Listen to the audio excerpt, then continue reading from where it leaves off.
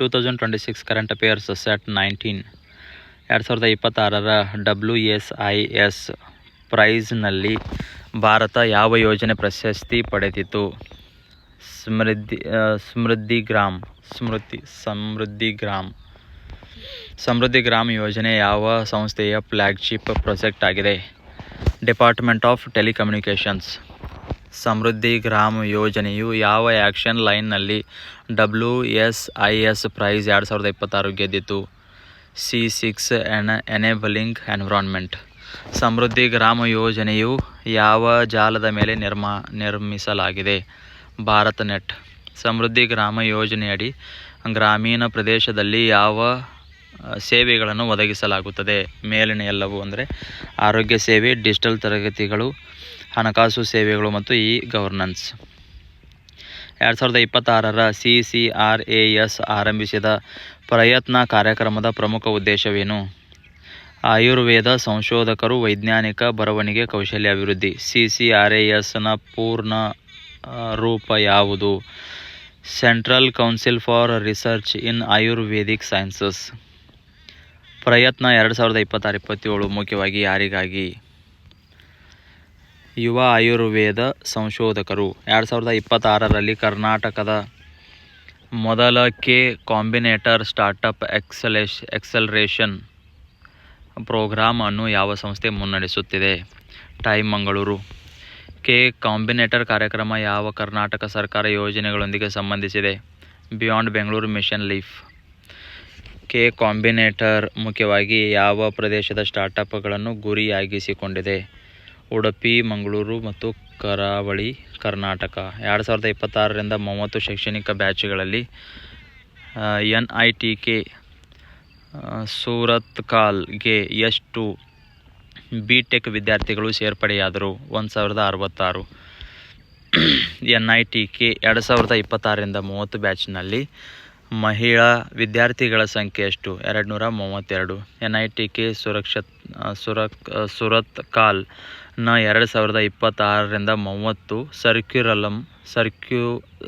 Curriculum ಯಾವ ಯುಗದ ಅಗತ್ಯತೆಗಳಿಗೆ ಅನುಗುಣವಾಗಿ ರೂಪಿಸಲಾಗಿದೆ? AI age. 2026ರಲ್ಲಿ ಕರ್ನಾಟಕ ಸರ್ಕಾರದ ಬಿಯಾಂಡ್ ಬೆಂಗಳೂರು ದೃಷ್ಟಿಕೋನದ ಪ್ರಮುಖ ಉದ್ದೇಶವೇನು? ತಂತ್ರಜ್ಞಾನ ಮತ್ತು ಉದ್ಯೋಗಾವಕಾಶಗಳನ್ನು ಬೆಂಗಳೂರಿನ ಹೊರಗೂ ವಿಸ್ತರಿಸುವುದು. 2026ರಲ್ಲಿ ಬೆಂಗಳೂರಿನಲ್ಲಿ ಸ್ಥಾಪಿಸಲು ಘೋಷಿಸಲಾದ ವಿಶೇಷ ಪೊಲೀಸ್ ಘಟಕ ಯಾವುದು? ಆ್ಯಂಟಿ ರೌಡಿ ಸ್ಕ್ವಾಡ್. ಕರ್ನಾಟಕದ ಮೊದಲ ಪಬ್ಲಿಕ್ AI ಯೂನಿವರ್ಸಿಟಿ ಸ್ಥಾಪಿಸಲು ಯೋಜನೆ ಯಾವ ಕ್ಷೇತ್ರಕ್ಕೆ ಸಂಬಂಧಿಸಿದೆ? ಆರ್ಟಿಫಿಷಿಯಲ್ ಇಂಟೆಲಿಜೆನ್ಸ್ ಶಿಕ್ಷಣ. ಕರ್ನಾಟಕದಲ್ಲಿ AI ಶಿಕ್ಷಣವನ್ನು ಯಾವ ತರಗತಿಯಿಂದ ಆರಂಭಿಸುವುದಾಗಿ ಘೋಷಿಸಲಾಗಿದೆ? 6ನೇ ತರಗತಿ. 2026ರಲ್ಲಿ ಕರ್ನಾಟಕ ಪಬ್ಲಿಕ್ ಸ್ಕೂಲ್ಸ್ ಆಗಿ ಎಷ್ಟು ಸರ್ಕಾರಿ ಶಾಲೆಗಳನ್ನು ಮೇಲ್ದರ್ಜೆಗೇರಿಸಲು ಘೋಷಿಸಿದೆ? 1000. 2026ರಲ್ಲಿ ಬೆಂಗಳೂರಿಗೆ ಸಂಬಂಧಿಸಿದ ಅಭಿವೃದ್ಧಿ ಯೋಜನೆಗಳ ಒಟ್ಟು ಮೌಲ್ಯ ಎಷ್ಟು ಎಂದು ಘೋಷಿಸಲಾಗಿದೆ?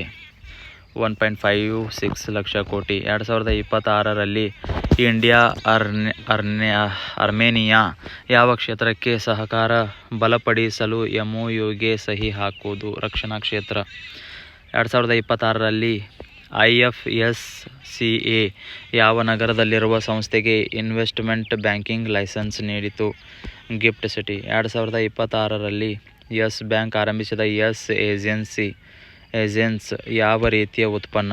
ಮಹಿಳಾ ಕೇಂದ್ರೀಕೃತ ಕ್ರೆಡಿಟ್ ಕಾರ್ಡ್. 2026ರಲ್ಲಿ Qatar India postal remittance service ಯಾವ ತಂತ್ರಜ್ಞಾನ ವ್ಯವಸ್ಥೆಯಿಂದ ಪವರ್ಡ್ ಆಗಿದೆ?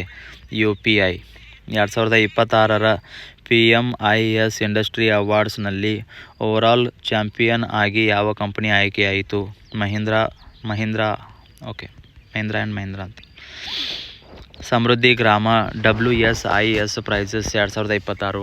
Department of telecommunications. Action line C6 enabling environment. Bharat net. CCRAS ಪ್ರಯತ್ನ. Time Mangaluru. Combinator. Beyond Bengaluru leaf. NITK 1066 students. Female students 232. AI age curriculum.